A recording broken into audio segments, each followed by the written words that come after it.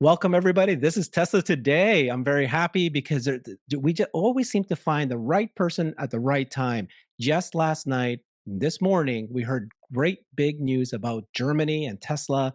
We heard that the April numbers came out and Tesla is doing very, very well in the quarter. We also heard that there's possibly a new variant of the Model Y coming out from Giga Berlin. And so I'm very fortunate that we actually have Jan joining us. He's based in Germany. He's a marketing and communications expert for large corporations in Europe. And he has been following Tesla and the European market quite closely. So, Jan, thank you very much for joining. I knew I was going to say Jan, but actually, I can Yeah. call you Jan. Thank Yeah, you, my Jan. my my name is hard to pronounce in American English or in English as well. It's just Jan or Jan. It doesn't matter. You can call me whatever you like. So yeah, thanks Herbert for having me here. I'm pretty excited to be on your channel as well.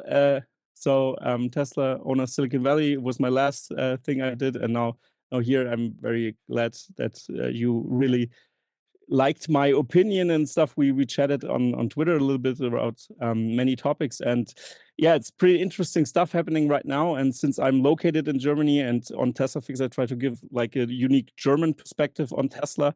So I've analyzed the German legacy auto companies especially, and looked and compared them to Tesla all the time. And yeah, so that's why yeah, we're gonna look at some interesting news about the Tesla's performance in Europe, actually, and I'm pretty excited to do that. Yeah.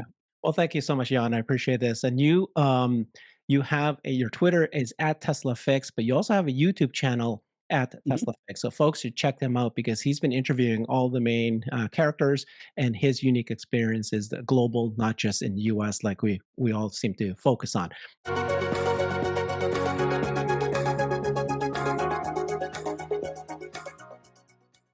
So one of the things that I'm really excited to do with you is because of your background in communications and marketing, and your focus on design, I wanted you to share with me kind of how does the European car makers, how are they faring, especially the ones in Germany, the big car auto manufacturers there, and how is their design different, or are they going to be able to, kind of do something, catch up to what Tesla's Mhm. doing, or yeah, just give me an update on all that. So let's get started Yeah. with some of the slides you shared with me.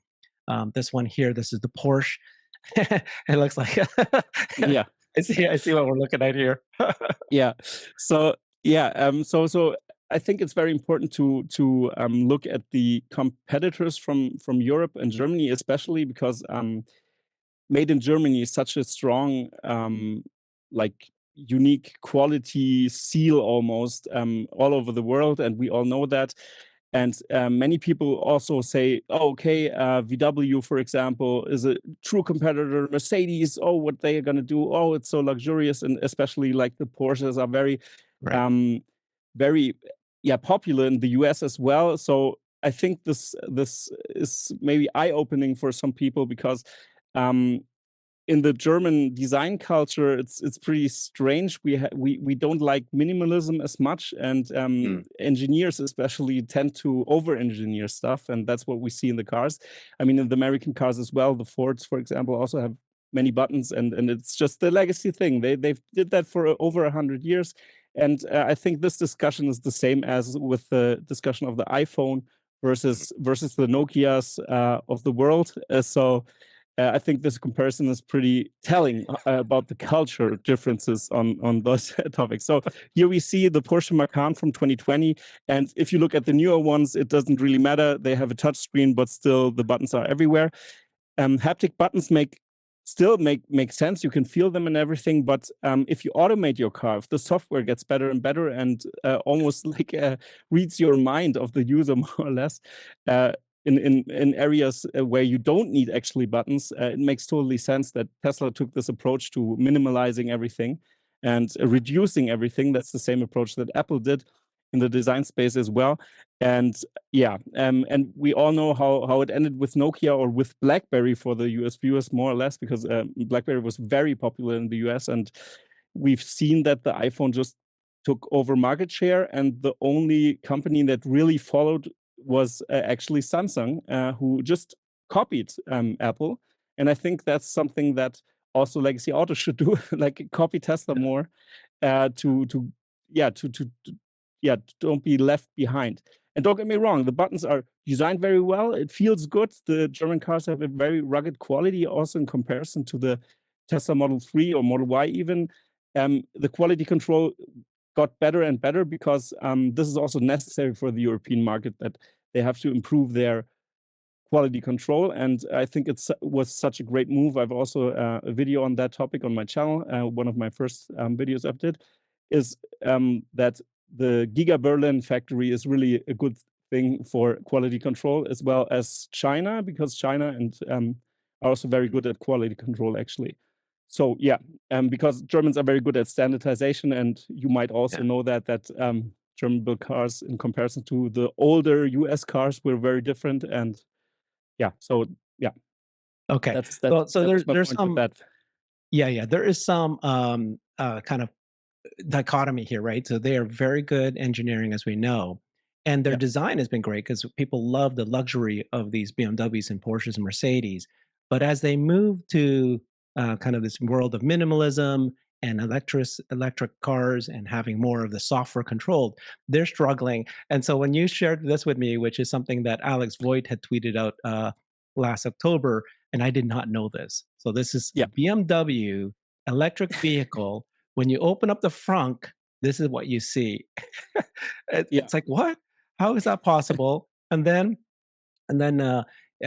this said Mercedes does that too. So you want to set up what video we're going to watch here shortly here. yeah, yeah. So Yeah. um, this is very telling for the strategy of legacy auto from Germany, is that they still grapple the internal combustion engine. You have to imagine that German legacy auto has over 100 years in R&D in the internal combustion engine. We were one of the first who really stepped into the automotive sector. Then Ford, of course, was revolutionizing the production with the Model T, and those were only the very, they have a huge experience in the space. But so still they try to, maybe EVs are not a safe bet for the future. Our internal combustion engine cars are selling like hotcakes still. We don't really want to, even though it was declining over the years, I have to say that in this section.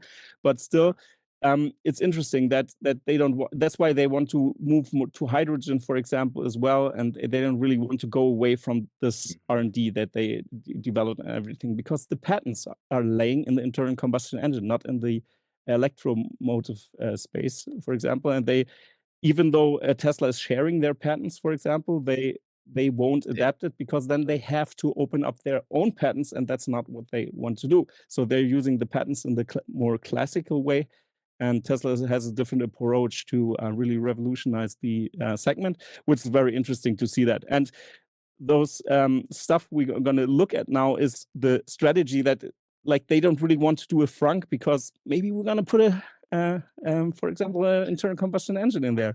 And that's the I strategy see. what BMW is still doing Yeah. very much, because they say, no, until 2035, we're still going to produce Gotcha. heavily ICE vehicles, because they have like a, yeah, that's the legacy problem. They are viewed like, oh, they have the great engines. I mean, it's Bayerische Motorenwerke, which means Bavarian engine production. Yeah, that's a better Gotcha. translation, Well, but let's watch this video. It's a minute please do. long, and I'm actually very surprised with the interviewer person, the Yeah, host, and how he the reacts host to is this. awesome. This is really funny, guys. It's a 1 minute video. It really just tells you everything about what's happening. To the front. Now, a lot of electric cars often have a front boot, like Teslas have them, a lot of the Korean manufacturers have them. What is it with the Germans, like BMW, Volkswagen Group, and yourselves, you don't make use of a front boot? There's no internal combustion engine under there. Why don't you in Germany like a front boot? In fact, on this, you can't even open it, can you? The customer doesn't open this, do they? No, they can't. What's a secret underneath here? There's no special secret, So first of all, you have a four-wheel drive. So if you have a four-wheel drive, then there's an electrical motor. And then in addition to that, you are getting optional here the HEPA filter. And this is also using space in there, Okay. Because of that, from our point of view, the space in the back is enough and it's good. Okay, 3 words for you. Tesla Model Y have all the things that you've just said, yet they have a front boot. Just saying. But they do not have a HEPA filter, you know, with the Don't they? performance that we have. I thought No. they did. They have a filter, but not with the performance that we have. Which means you can't have a front boot. Which would you rather have? I think I'd probably go with the front boot. And it's interesting, he was referring to the HEPA filter, and of course the Model Y has a HEPA filter. And the special thing about the Mercedes HEPA filter is they have sensors that detect if there's like not good gas, for example, or gases in the air, and then they tell you, oh, there's something toxic, and then they just something like that. But still, the space would be totally fine for a HEPA filter. So the argument is like, not even, it's not But it's logical. funny that they don't even let you open it up. It's just they won't even let you open it up at this point. And I have to Crazy. put a disclaimer here because Mercedes has a small door on the side where you can put your wiper fluid inside. So they designed actually a door to to put wiper fluid in because you can't open up the front hood. This is first time I've seen this, and it's an example of an ICE manufacturer, gas car company, trying to move to an EV, but still wanting to hold on to their what you were saying earlier. Very interesting. The other thing that people are saying though is Mercedes, Porsche, and BMW are luxury brands, and they have premium quality. So what are we going to watch here? I saw that the next thing here is this tweet that says Mercedes interior quality isn't all that.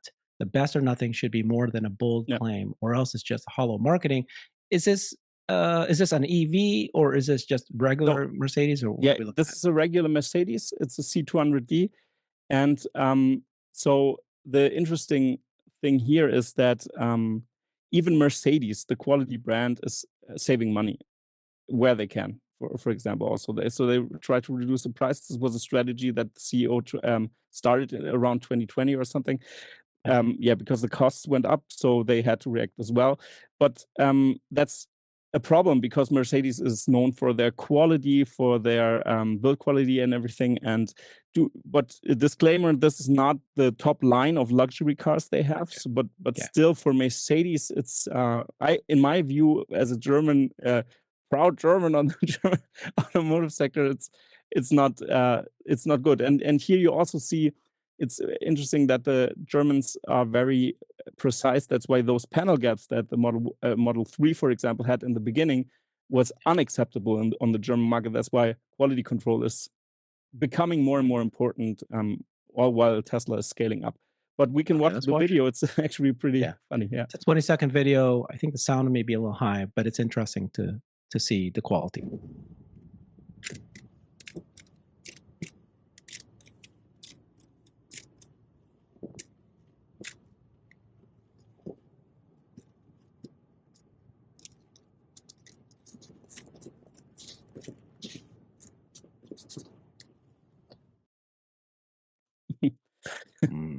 Yeah, it's damaging their brand. Yeah, when especially the roof was pretty heavy, but of course, all the buttons and everything is, I would say it's all right, but still, for a luxury brand, this is like not good actually. And so Mercedes has still problems, and also is not the best thing in the world that many people also assume. Right. Yeah. But like you said, there's different segments. So let's give them a pass for that one. But it's concerning if that is the kind of quality, and they might be being pushed, right? Because their profits going down, cost of goods going up, and all that, and the margins have gone because of this transition. And so we're going to start seeing more of this. Tell me about the software, the UX design. You were saying that Europeans and Germans specifically are engineers, and now that we're moving to a software-led vehicle, how do you think they're faring? They're faring pretty bad actually, because the software development in Germany was almost halted more or less in the 90s around that time, because Germany loves to tax everything very fast, and they made a wrong move, I would say. They taxed the startups too early. So they said, oh no, regulations in Germany, let's just go to Silicon Valley. And that there was a huge brain drain. And until now, we still feel that, I would say. I mean, we have SAP, and it's a huge software company that is operating globally. and does very specialized software. So we are okay in specialized software, I would say, but when it comes to user interface design, Germany is not on par. And you see that on the Mercedes as well, because they still have the emulated 3D buttons, which is an atrocity, I would say. So for example, the home button, I don't have a picture, I haven't sent you one, but still the home buttons or the play button or the stop button or something like that is very like, yeah, it's like 3D look, like the iPhone was looking when it launched. So Yeah. people, because when we were not used to the touchscreen, we had to learn that, oh, this simulates a button. This is a physical button, so we have to put it into the design thing. And this design philosophy still stands until today. If you buy a new Porsche, I've recently seen that a friend of mine bought a hybrid Porsche and like huge SUV. And yeah, the the interface looks horrible in comparison. So Tesla really does a great job here to make a minimalist design, and they are, yeah, on the forefront of that. They didn't rely on third party developer, and you have to imagine that all those legacy auto manufacturers Right. are just more or less brands who put everything together. So that means that they don't really vertical integrate as much. And then they also have software suppliers and try to get everything together from 20, 30 different software suppliers. So Yeah. yeah, that's Okay. how it looks. It looks like a Frankenstein monster, more or less. So what are we going to watch here next? It's a 10-second video. Let me go ahead and play it, and you can explain it when we see it. Do you want to talk over it? Yeah. Yeah. So this was something I was seeing because it was referring to the Drive Pilot, and they were very proud. Yeah, you can game on your Mercedes as well. I We've see. also seen there's a similar video of the Ford Mach-E, I think it was, where you can play a Frogger-like game with a car, and yeah, it just looks horrible. And this is their answer. And of course, in the Tesla, you can install Steam and just play Yeah. AAA titles. And I mean, that, like in those spaces, you really see the difference, and that's something I think in those details you really see it. And if you have you have to imagine that when the EQS was launched in 2021 or 2020, it was launched, I think. They had a Galaxy Tab 4 from 2015 in the back of the car to control your car from the back. Yeah. But this, you can't do that. If somebody's tech savvy, especially in the EV space, people are more or less like tech savvy and really love it, especially the early adopters. And now Right. that we are expanding to the mass market, it changes, but still, it's like yeah, you can't even show that. It is embarrassing to even put that in a new car from 2020, a 5-year-old tablet. It's just not you can't you just can't. Yeah. Yeah. Well, thank you for doing that. I mean, you shared kind of the differences between what these German and the European car manufacturers are doing versus what Tesla's doing. I've not seen this, so this was good information. They need to catch up in a number of ways, but we'll see. But some of the big news that came out this morning. So the first one is this morning, finally, we got the April numbers for Tesla's performance and sales in Europe, and it is a record. So Mhm. it's April is at 13,400,000 Teslas sold in Europe, and it's by far the best month ever. January was 9,500. So this is what they're showing here. Yeah. Yeah, it's pretty awesome, and you also see Germany has also like very many cars were sold there as well. Like it's still gaining market share little by little, but still this are impressive numbers in comparison to VW, for example. And yeah, it just shows that people who compare the cars, and also the EQS has a great range. For example, it has even a longer range than the Model S in some regards, but still uh, it's it's heavier, it's less efficient, and it doesn't have like this great charging infrastructure. But still, Tesla opened it up now, so this is great news, because like we also have a similar thing like Electrified America in Europe, which is run by VW as well. yeah, it's not Okay. that great. I Stalls are defective and everything. Yeah. So. I don't know if you know the answer to this, but some people are pointing out that if you look at so this is a record Hmm. the record month for Tesla Hmm. in Europe, but if you look at Germany compared to January, it fell to 2,400 Hmm. instead of 4241. So some people are pointing that out. It went down in Germany, but it went up everywhere else. Yeah, I don't really know why this Mm, is happening right now, but maybe they are influenced by the news. I don't know, really know. It mhm, could be because it's interesting. In Germany, we still have a lot of people who are proud on the internal combustion engine, so it tends to stagnate some way. For example, Norway is totally different game, but Germany is a lot bigger, of course, than Norway. So, but still, I think in the EV space, they still like top everything. Like if you compare yeah. it to the different other cars, because yeah, if you, for example, the VW, you have to, or you had to go to the dealership to get an update and stuff like that. Those conveniences that Tesla has is, yeah, that's very special. So if you compare it, it's a no brainer to take a Tesla more or less. Mhm. If you look at everything, consider everything, yeah.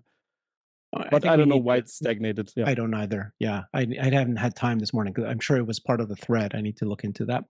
Okay, Hmm. so the other big news, and it's not quite news, it's a rumor, but apparently folks are saying that in uh, Giga Berlin. Berlin, Giga Berlin, yeah, that there's kind of people are spotting that there was these kinds of front and rear castings, and they're now postulating that BYD battery is going to be used, and so there's going to be a new variant of the Tesla Hmm. Model Y that's already in production in Giga Berlin.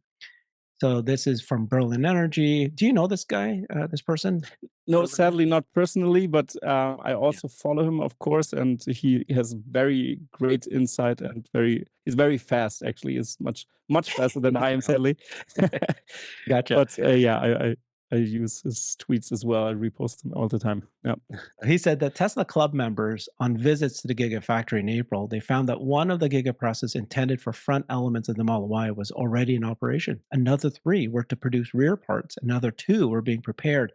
And according to plans, a total of 8 die casting machines are being planned.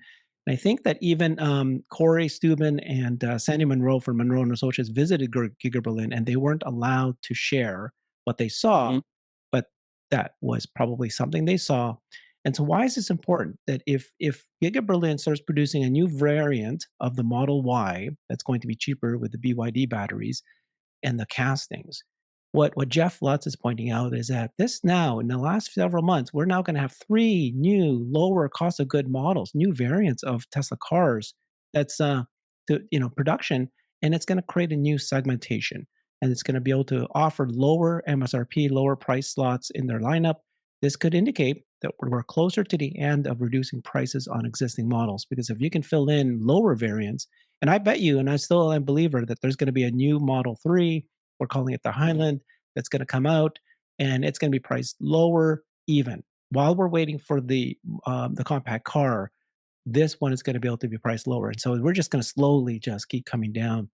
And so this is what Jeff said, right? There's the Austin Model Y all-wheel drive that was announced just a few days ago, 4680. The US Model 3 long range, I'm sorry, that's the one that was announced just a few days ago. Hmm. And the Berlin rear wheel drive Model Y is estimated to have the smaller battery pack, and that's not yet formally announced. Yeah. So what was your thought when you saw that? Yeah, that's pretty awesome because reducing prices or reducing the cost of production, of course, is very important, especially in the times like these. And what people don't really realize, and I had discussions on Twitter as well with many Germans, especially also, that I believe that for the German market, even because Germany is kind of a wage country, people, Yeah. it's controversial to say that, but because we are leading in the like in the statistics all the time, or not leading, but in the top five, we're almost every time in the top five. But still, if you consider everything, like the taxes, the cost of living here in Germany, and everything, that we don't really have as much money left in the median, at least, because their engineers, of course, don't really have a problem in that regard because they get paid very well, but Yeah. the median in Germany is still very low, and that means we need lower priced cars. And so I've applauded Tesla for lowering prices, of course, because for the short-term strategy, because why should they? I mean, they sell every EV they produce. Some people, like we've seen, the inventory went up a bit, but it's still lowered again. So I wouldn't say they have a demand problem.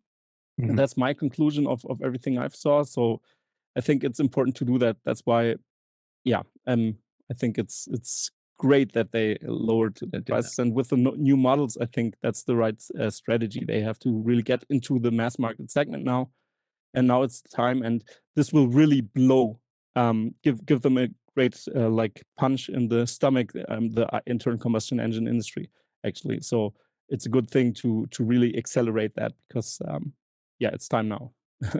Yeah, yeah, good.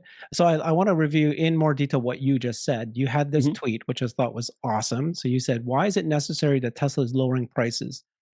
From your perspective, from a German, and I think that this kind of it repeats what you just said, but it gives you the Mhm. actual numbers. So you said it's a low wage country. Yes, average Mhm. salary in 2021 was $52,000, and then that's before taxes. Mhm. So, so after taxes, it's $33,000, and then Yeah, on top of that, you have the health insurance that you have to pay for, $600 a mandatory. month, Yeah, mandatory. Two people, yeah. you pay $500 for food, not eating out. Not eating out. Anyway, so Yeah.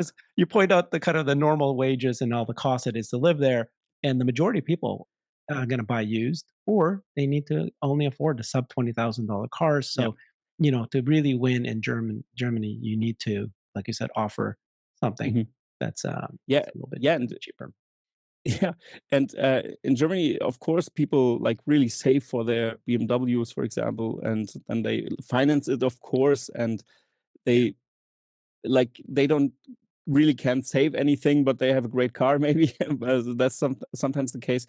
And people who are above the median of the income median, they of course can afford something like that. But um, still, it's interesting to see that. I mean, people aren't aware because like Germany is a very Germany's economy is very strong, and in Europe especially, if you compare it to the other countries. And that's what I wanted to point out, that people have to be cautious about this, because the numbers kind of a little bit skewed, also in favor of the German government. They really want to show that, look, everything is fine here, nothing to see Mm. here. Mhm. But still, yeah, I think it's a great strategy, because yeah, most of the people, like I can't say a number, 80% or something, really buy used cars, and or yeah. Mhm. So I see. I think it's important to know that. Okay, so another bit of news that came out again today, which is great, Mhm. was that and it was announced this morning that finally the numbers are in that Tesla in Q1, the Model Y is still the best-selling car in Europe in Q1 of 2023. So that was it was top of the list in March also, but this is all 27 countries counted in Europe. The Model Y topped all model lists with 71,000 registrations in all over Europe entire quarter. This is the first time in all of countries. So just that's the first bit about it. Um, Yeah, and we've seen. you Mhm. mhm. You have to note that, the numbers are very slow sometimes. The different countries Mm. have different regulations on those registrations, especially. And Germany is very fast with that in that regard. Some countries are very slow, so that's why it sometimes takes a lot of time. Like, we have to be into the next quarter a little bit until everything catches up again, the numbers come. And now we see that's why this is the list with the more countries, which is very important to get a whole picture of Europe. That's why this great chart, actually. Yeah, It's a you great see chart. it, and This now we have chart, the note. we've seen it last week, but this is finally, I think, all quarter. But this is great. So this is comparing all cars. Which is the best Mhm. model, regardless if you are a battery or a plug-in or just a regular gas car.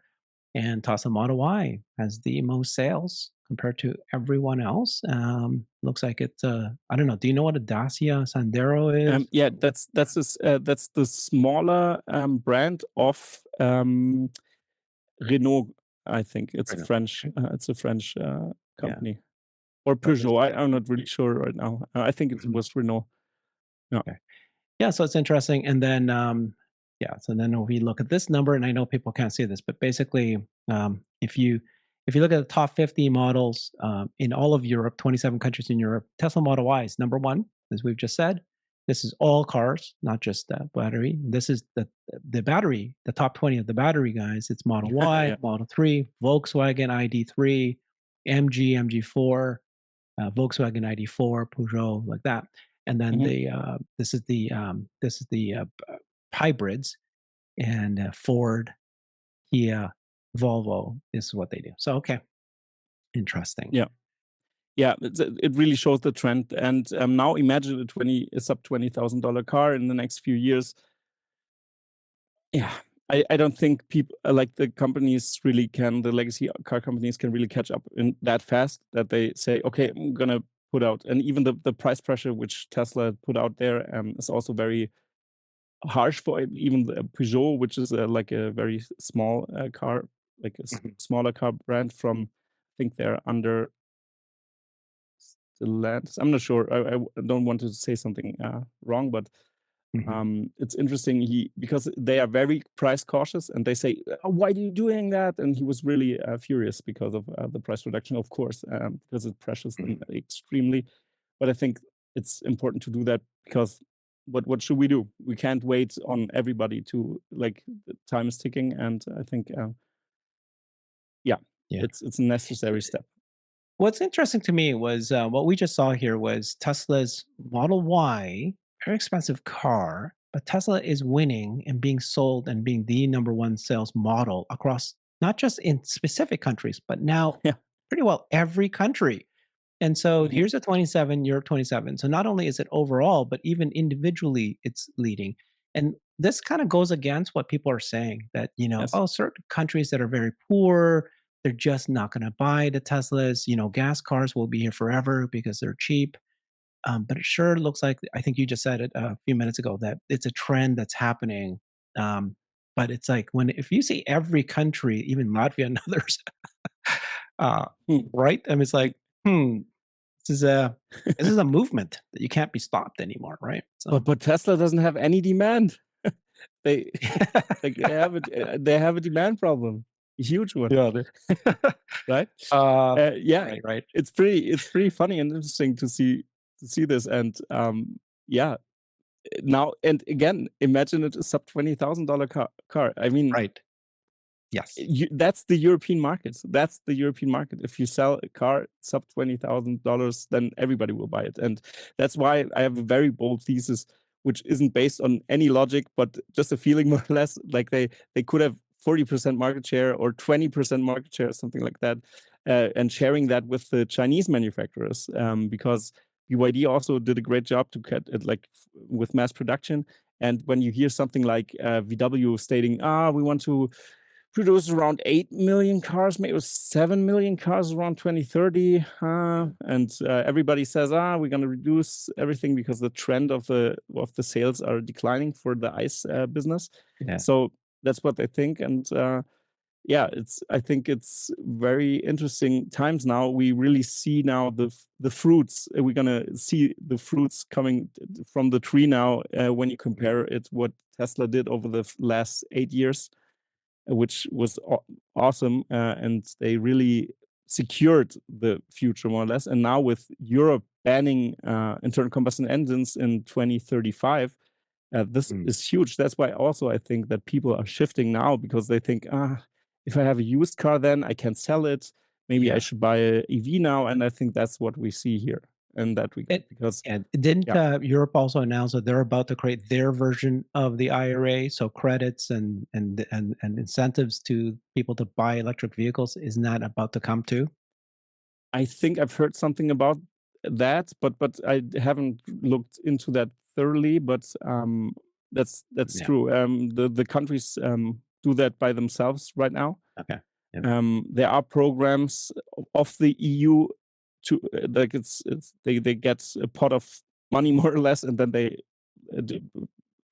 the own countries just spread it. But Europe tries to centralize everything more and more, like the US, for example. Yeah. Yeah, like the federal All right. government, a little Okay. bit stronger. Yeah.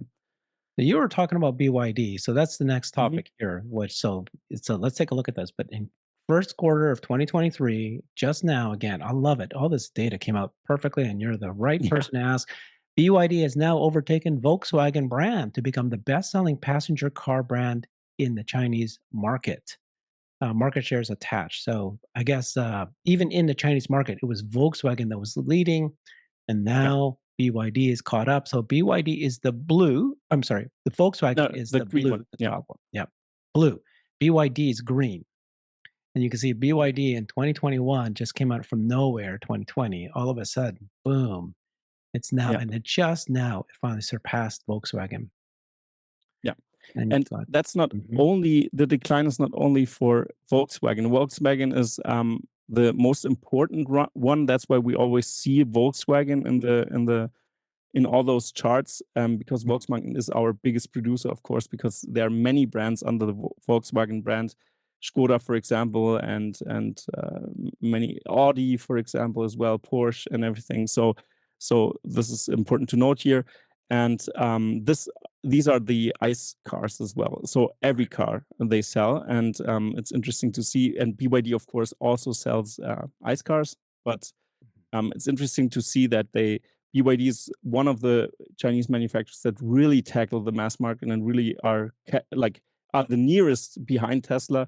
Now they overtook Volkswagen globally, even in no no in ICE in the EV space. They overtook Volkswagen pretty fast, and now they're globally they're the second place after Tesla in production numbers. So they produced around, I think it was 900,000 cars last year, something like that. And Tesla, of course, 1.5 million around that temp. And yeah, and the Chinese market is crucial for the German or the European market as well, for the European brands. And because in the political space, we really tried our best to get our politicians there to right, open up shop there to produce the cars. Also in controversial regions, especially VW opened up in the region in Xinjiang, where the Uyghurs are suppressed right now, which is right. like pretty crazy. And they have 5 plants there, and we don't really know who works there. So tough topic. And VW always said, "Oh, something like that should local government should do something about that." We're not in responsibility. They always did it before as well, when it was controversial. The countries they were operating in, and they got criticized. They always stated that oh, it's not really. I don't know about this, and they just push it back. But still, it's a little bit controversial there. But you can see it's about the technology. The Chinese are very tech savvy, and they look at even at ID3. There's also a very interesting story about that. Um, that's something that in my interview with Darren Young, which is also a Tesla financial YouTube channel, and he told a story about somebody who worked at VW in China in a store right across the street of the Tesla store. So the Chinese would come in, the customers, and ask, "Oh, where's the Frank?" Uh, mm, yeah, there's no Frank. And then, oh, okay. Oh, can you show me the software? What can I do? And then they touched around in the interface, and they're like, "Okay, thank you very much." And they just Yeah. left, walking backwards out of the store. Yeah, very telling. So yeah, they're behind, and the Tesla is the only thing on par with their tech savviness, I would say, because they use WeChat, and even old people really use smartphones and everything. They're very like technology Yeah. focused and really love new technology. That's why BYD, of course, also is better in that regard in software development as well. So that's why they are very popular, and they really like their gadgets and everything and smart devices. So Mm. Germany is far away from that, and now the software thing is really biting them in the behind. So yeah, Mhm. Yeah. So we're starting to see the signs that the European car manufacturers are starting to show that they're it's declining in crumbling. Yeah, sales, not only in Europe, but now their big market was selling to, the global US, but also China. And you're seeing just now the new data that's showing that they're starting to fall. But And then you said that Europe has these laws, like many countries have put in, about needing to have an electric vehicle or whatever percentage of sales by 2035. But Mhm. but in let's talk Germany, right? The German car manufacturers is a long held, very very strong, industry that's been around forever. And I'm sure the German government is very proud of it, just like the Americans government is Of so course, proud of GM and Ford. Are they going to bail them out? of course. Is there going to be a very likely hit? And Yeah, how's that going to look, and what's going to happen? it will look horrible, and but they will do it. VW is so closely tied to the government, especially, and also Mercedes, of course. So lobbying is the especially the automotive industry is so strong in Germany because so many jobs are dependent on that. And not only that, but of course it's like a huge percentage, and the workforce is very big here in Germany as well, especially in Europe also because in Poland, for example, we have some, and in the Ukraine we also had many factories of VW, for example. Skoda also a huge brand which is produced in Europe as well. So so in the eastern countries, that's why the conflict with Russia is pretty bad now for the industry as well. So that's something to have to keep in mind because now they close up shop, and they also had factories in Russia, and they closed them down now. And this is something like huge investments going down the drain, and there's something to keep in mind. It's pretty devastating what's happening now. And if you yeah if you really want to tackle this, it's pretty hard to do that. And of course, the government will bail them out. The German government is always like this. They always bail them out because there's a lot of money inside of the government here because our taxes are very high and we have a very big social system, which is good when you lose your job, for example. You're secured, not Mhm. in the US that you tend to maybe even go on the Mhm. street, or you have to go on the street. And here, nothing like something like that really doesn't happen. But still, it's very expensive and a very expensive system. And I think this could even collapse because what would you do? Pay the workers their wages until for 5 years? What can you do? And Herbert Diess was the only one who really seen that and was vocal about this. And um, can you still hear me? Yeah, I can hear you for sure. Ah, okay, hearing, yeah, because the picture went away. I was confused there. Yeah, But blinking in and out. Yeah. yeah, but Herbert Diess was very vocal about this, and now we can see here the cultural differences of the American companies and the German companies. Because in Germany, you don't step out of line if you're not vocal about your vulnerabilities because failure is seen very bad here in Germany. And in US, you say, "Oh, we're gonna hire the person that was making mistakes before on that in that topic because then he knows how to do it right now because he missed their goals or he wasn't Mhm. doing it. It's a different culture very much. Failure is seen as necessary also almost like yeah you have to fail if you want to learn something, and the Americans are very fast. So those strategies of iteration and design thinking is something very prevalent in the US, and in Germany it's very yeah, it's very slow here and different because people don't want to say, "Oh, I've made a mistake," or something like that. They're very scared of making mistakes, and this is pretty much like this kills innovation very fast, and that's what we see also. And Herbert Diess was very vocal about not like very vocal on okay, we have to cut 20,000 jobs in 2030 when we don't really start now with the strategy of going all into EVs. And we all know what happened to Herbert Diess. Yeah. He just left. Yep. So he was left, of course, Yep. and but he still gets paid something For a few to years, and then consider because he renewed his contract before he was cut off. And it's yeah. pretty yeah, it's interesting to see that. And now we have Blume, the CEO of Porsche, as well as leading VW now, and yeah, he loves e-fuels. It's awesome for him. So that's what I've heard. So it's interesting to see because the hydrogen thing is now also on the table Mhm. again, or synthetic fuels and stuff like that. It's I don't know, Really? but and Mhm. now the regulation change, like you can't register an ICE vehicle up until after 2035. and you can't register anyone. There are some loopholes in there, of course, in the law. That's what it is. And Yeah. Germany is lobbying hard to get special treatment or like get every internal combustion in there as they can, really, because they don't want to get rid of this technology because it's a huge money You maker switch for to them. e-fuels, you might be able to get around it or something like that. But so I kind of thought that the Porsche strategy would make sense because they're a niche, Yeah. well, huge luxury brand. That brand is very strong.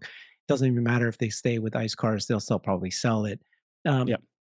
But that is that what you think might happen with these other ones like BMW, Volkswagen? Will they become more and more the niche kind of Yeah. That's the player? trend. Mhm. Yeah. That's the trend, and they even state this openly. They say, Okay. "Yeah, we want to the luxury segment. We want to focus on that, and that's the strategy they're focused until 20 or since 2019. Around that time, they started to shift because they seen, okay, decline in mass market sales. Okay, let's just go into the premium segment more because we're very strong in the premium segment. But this is also a false You think so? narrative or false thought, I would say, because Mhm. the software is the future. And if you look at the software development, Germany is not strong in software development. That's why this I see as the biggest danger for the German car brands is the software problem.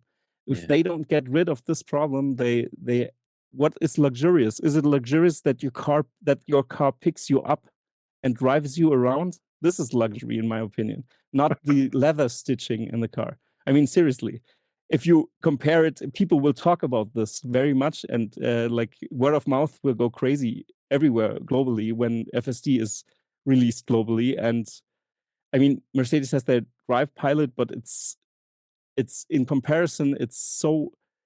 I mean, you have to drive 35 miles an hour behind a car that it works. I mean, those are regulations, but I think they also talked with the regulators to get those laws in place so they have time to develop this technology. And it doesn't look good. It's very simple, but it's officially level 3. But yeah, so software is a huge problem there. Yeah. Okay. And so your expertise is in communication, marketing.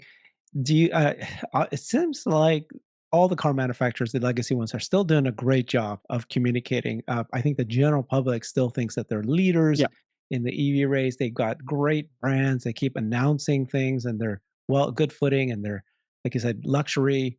It's still, it hasn't come across. What do you think? Do you think that they are doing a good job in Europe specifically? How are they marketing to Europe? And then, do you think that Tesla? How do they compare it if they're not doing advertising? What's your opinion on that? So this debate is also very interesting because I'm from the communication space, and of course, I want Tesla to communicate. It's very important that they communicate, especially when they want to reach the mass market. They have to communicate. They have to communicate simply. That's also a very important thing. They have to simplify their communication because we are text heavy. We're in the Tesla bubble. Other people, engineers, are in the technology bubble, and but there are many people who don't care. Actually, they just want to. Can I go around 400 kilometers or I don't know 250 miles or 300 miles? The range is important for them, but is it the safest car? Something like that. You have to really put it out there. It's the safest car in all ratings, the Model Y, for example. And and something like that is very important. And I think Tesla should advertise. I'm very a proponent fan of this because it actually isn't as expensive. And people have to consider Tesla is already advertising. Mhm. It's just a different advertising strategy. It's meme marketing at sometimes with Elon Musk. It's like Yes. they are marketing. Look at their YouTube channel. They release videos all the time, and look at the view counts that they get. The CyberTruck Mhm. video got almost like 40 million views or something like that. I mean, if that isn't advertising, I don't know what is. So that's something to consider. But I think Tesla's focusing on the product itself is the best thing they could have done because they could have advertised beforehand. And many you see it at the legacy with the legacy auto companies that they were the first ones to advertise. They advertised even before their product was good. But people compare, and for example, the Super Bowl commercials, everywhere EVs. Okay, great. And we see spikes in the Google trends. Tesla Model 3, Tesla Model Y, Tesla, Tesla, Tesla. Everybody's searching Tesla because they compare.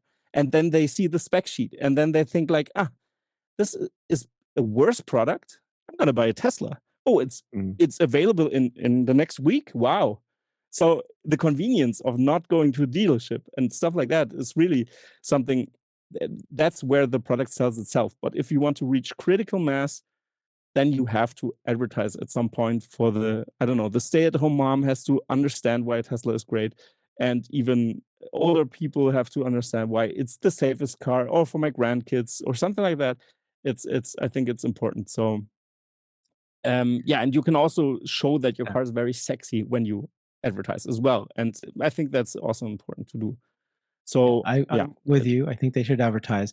But specific, going back to Germany car manufacturers and Europe, the Mercedes and the BMWs, Audis, these are very powerful brands, and there's significant brand loyalty, right? Yeah. And just to share you a little my story, it's like, we're four siblings, my eldest sister and the three brothers, and we all bought Teslas except my sister.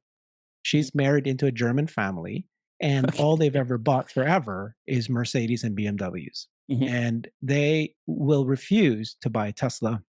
And they keep, not listening and saying, no, basically they hear all these things about, but the brand loyalty is very, very powerful for them to the extent that what my sister would do, and you've heard this, I think, Americans, and she's Canadian. What they'll do is they'll actually go to Germany, and they'll actually do a little vacation, go to the factory, order Mercedes, have it delivered to them by boat, and then they get a cheaper price, all that, and it's just a wonderful experience. So they're really, really into the Mercedes brand, and so she just won't do it. But I was able, finally, the other two brothers, they just slowly, eventually, they got into this Tesla. But the brand loyalty for these brands specifically is much more powerful. I would say even more than Toyota and Honda, um, which also has great brand loyalty. But I just think that the German, right? Mhm. The greatest driving experience in the world. They just did such a great job. The BMWs, that this is like ingrained in people's heads, and then Yeah. specifically their customers. So what are you seeing in Europe? What are you seeing in So Germany? y- Yeah. yeah, I can elaborate here because my thesis or theory is that since World War II, we don't really have like patriotism anymore, because Mm. it was an atrocity that happened. People woke up eventually. The German government really did a great job educating the public, and in Germany it's forbidden to deny the Holocaust, so free speech isn't here. We don't have free speech here, which in that sense I think is very important, because the Yeah. our national, like the Nazi party in the past, was still so strong afterwards. They really had to cut it off really, really harshly and really educate the people. Hello, look, we have everything here. Their evidence is everywhere, and the Germans also documented everything very well, like they always do. So you can't make this up, really. Mm. So but now we have a situation where patriotism isn't anymore, but we can be proud on our engineering. We can be proud on our Mercedes. We can be proud on our BMW. So I think it's shifted a little bit into the object of the car. That's my, like, a theory of mine, and this makes a lot of sense. Many people work for those companies here, especially, or are produce the, I don't know, the gear shift, for example, like in a smaller country, a company here, because we have many Mittelstand companies, which are small and medium enterprises, which are mostly family owned, and it's very special for example, Grohmann Automation was also like a smaller company, Yeah. but was the leader in their space, or so that's why Tesla bought them up. And we have many hidden champions in Germany, so many people work for those companies. That's why they take pride in their product. Of course, they want to drive like a Mercedes, they want to drive a BMW, and yeah, that's, I think, is a very strong factor for brand loyalty. And for example, in the south, where those car manufacturers are located, guess what? We don't have a speed limit on the autobahn. guess why? Because Mercedes is sitting there, and that's something they don't want to get rid of. So of course, they really love to like drive like crazy here in the south, and yeah. So I think brand loyalty in that regard is really good, and they also are very good at perfecting their experience of the product. For example, I mean, they're really already set. They have a huge factory. They have systems in place where you get a factory tour, especially when you buy a Mercedes. It's very luxurious. You go there, you like you get a little bit of alcohol and stand around, and oh, here's your car, and and everything is touched with like, it's the perfectionism is so crazy that this is a very interesting, especially in the premium segment. That's a great experience, of course, and you're treated like a king. And in the 90s, around the 90s, not everybody could buy even a Mercedes. They denied people of and stuff like that. It's really crazy to get a strong brand. And for example, for the Maybachs or something, you can't walk in there and just buy a Maybach. It's not possible. You have to be really. They always try to make it more special, and that's why people. It's like the unpacking and the of an iPhone. It's like this user experience is very perfect, and that's something they really did, and this worked very much. But now, again, if you start to touch on a touch screen and compare this to a Tesla, then it shifts again. Maybe you're thinking, oh God, what the hell is with this interface? Or it's always bugging Yeah. out on me and stuff like that. And some things you can't hide. But so yeah, I think they're doing a great job marketing their vehicles, especially in the luxury segment. But people will compare, and word of mouth is very strong. And so yeah, I don't know how long it will hold up, but just a small. Yeah, I Yeah. just wanted to tell this little story. Well, that's a great story. It's wonderful. Yeah, the brand loyalty is strong, but the story with my sister, she actually then did start looking into the Model Y because my brothers just kept saying, "Are you crazy? Here's all the Or the benefit. safest car, yeah. If safest car." Yeah. But you know, at that doesn't matter to them at this point, right? It's all about Okay. Mhm. luxury, and Yeah. I want that bad, and I want to feel a certain way. But yeah, so they're starting to look at it. They didn't pull the trigger though, so Mhm. it's going to be some time. But it's interesting. Jan, Yeah. thank you so much for your time. I really, Mhm. really love this conversation. We're going to have to bring you back in again. You bring a great wealth of information, not just in Europe and Germany, but just overall. Your passion for Tesla is as strong as mine and others, Yeah. and we're just sharing data. So thank you so much for that. Everybody, follow Jan on his YouTube channel is at Tesla Fix, and his Twitter is also at Tesla Fix. So follow him. Thank you, Jan. See you next Thank you time. very much, Herbert, and see you next time. Bye, everybody. Bye.